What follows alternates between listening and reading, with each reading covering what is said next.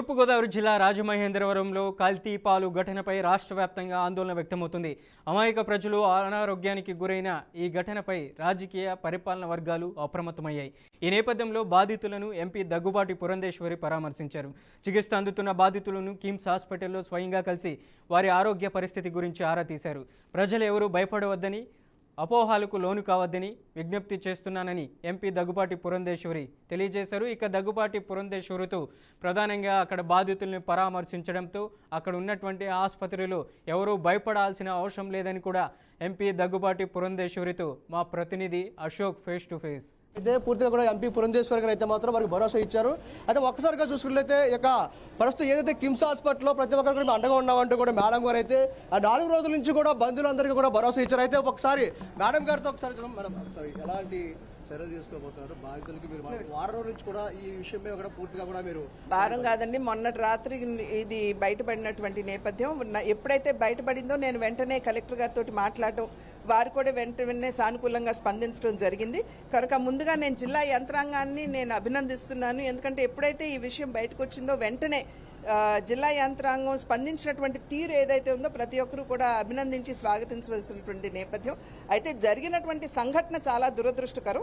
ఈ రకంగా కల్తీ పాలు తాగి, అంటే ఇది కూడా అతను 42 మంది రైతుల దగ్గర నుండి సేకరించినటువంటి పాలని చిల్లింగ్ కంపార్ట్మెంట్లో పోసినటువంటి సందర్భంలో దాని నుండి లీక్ అయినటువంటి కెమికల్ ఏదైతే ఉందో మిథిలిన్ గ్లైకాల్ అనేటువంటి కెమికల్ పాలల్లో కలిసినటువంటి సందర్భంలో మీరు చూసినట్లయితే చాలా వరకు ఈ పేషెంట్లందరూ కూడా 60 సంవత్సరాలు పైబడినటువంటి వారు లేదా 5 సంవత్సరాల లోపు ఉన్నటువంటి బిడ్డలు.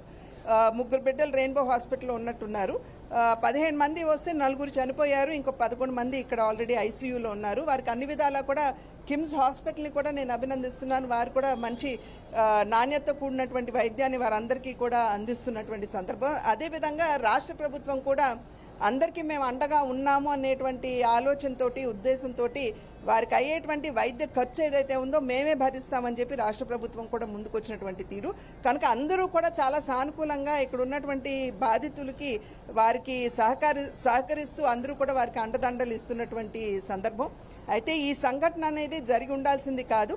కలెక్టర్ గారిని నేను విజ్ఞప్తి చేశాను. ఎవరైతే ఈ రకంగా పాల డిస్ట్రిబ్యూటర్స్ ఉన్నారో, అంటే కంపెనీలు కాకుండా విడిగా ఉన్నటువంటి ఇండివిజువల్గా ఉన్నటువంటి డిస్ట్రిబ్యూటర్స్, వారి దగ్గర ఉన్నటువంటి చిల్లింగ్ ఎక్విప్మెంట్ ఏదైతే ఉందో దాన్ని కూడా ఒకసారి రివ్యూ చేయాలని, పరీక్షించాలని రిక్వెస్ట్ చేశాను. ఎందుకంటే ఎక్కడైనా సరే ఈ రకంగా లీకేజ్ అయితే ఇప్పుడు మనం చూస్తున్న ఇబ్బందికరమైనటువంటి పరిస్థితి.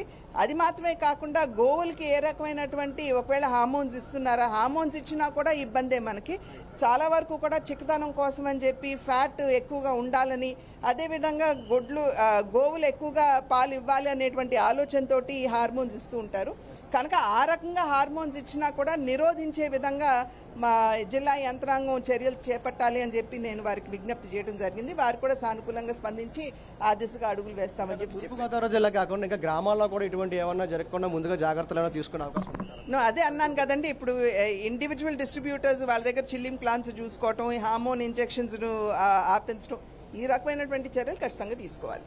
ఇది ప్రస్తుతం ఏదేమైనప్పటికీ ఏదైతే ఒక బాధితులందరూ కూడా పూర్తిగా కూడా రాష్ట్ర ప్రభుత్వం, కేంద్ర ప్రభుత్వం నుంచి కూడా ప్రత్యేకంగా కూడా వారికి సరైన లబ్ధి పొందుతుందని చెప్పేసి అన్నారు. వారికి భద్రతగా మేము ఉన్నామంటూ కూడా ఈ రోజు అయితే 4 రోజుల నుంచి కూడా ఎంపీ పురంధేశ్వరి కూడా అయితే రాజమహేంద్రవరంలో అయితే మాత్రం పూర్తిగా పర్యటన జరిగింది. ఇప్పుడు కూడా ఏదైతే కిమ్స్ హాస్పిటల్లో ఉన్న బాధితులు అయితే మాత్రం పూర్తిగా వారిని పరామర్శించి వారికి ఎటువంటి ఇబ్బందులు లేకుండా అధికారులు కానివ్వండి, జిల్లా కలెక్టర్ కీర్తి చేకూరి కూడా పూర్తిగా అయితే మాత్రం ఆ పోలీసు అధికారులకి, అదేవిధంగా ప్రతి ఒక్కరు కూడా ఇక్కడ పనుల్లో అయితే నిమగ్నమై ఉండి వారికి సరైన ఏర్పాట్లు చేయాలని చెప్పేసి కూడా సూచనలు ఇవ్వడం జరిగింది. ఏదేమన్నప్పటికీ రాష్ట్ర ప్రభుత్వం నుంచి, కేంద్ర ప్రభుత్వం నుంచి పూర్తిగా ఈ యొక్క సంఘటనపై అయితే మాత్రం పూర్తి విచారణ చేపట్టి ఇటువంటి సంఘటనలు పునరావృతం కాకుండా వారికి సరైన భద్రత ఏర్పాటు చేయడం జరుగుతుందని చెప్పేసి కూడా పురంధేశ్వరి గారు చెప్పడం జరిగింది. కెమెరామెన్ సుమన్తో అశోక్, ఈస్ట్ గోదావరి.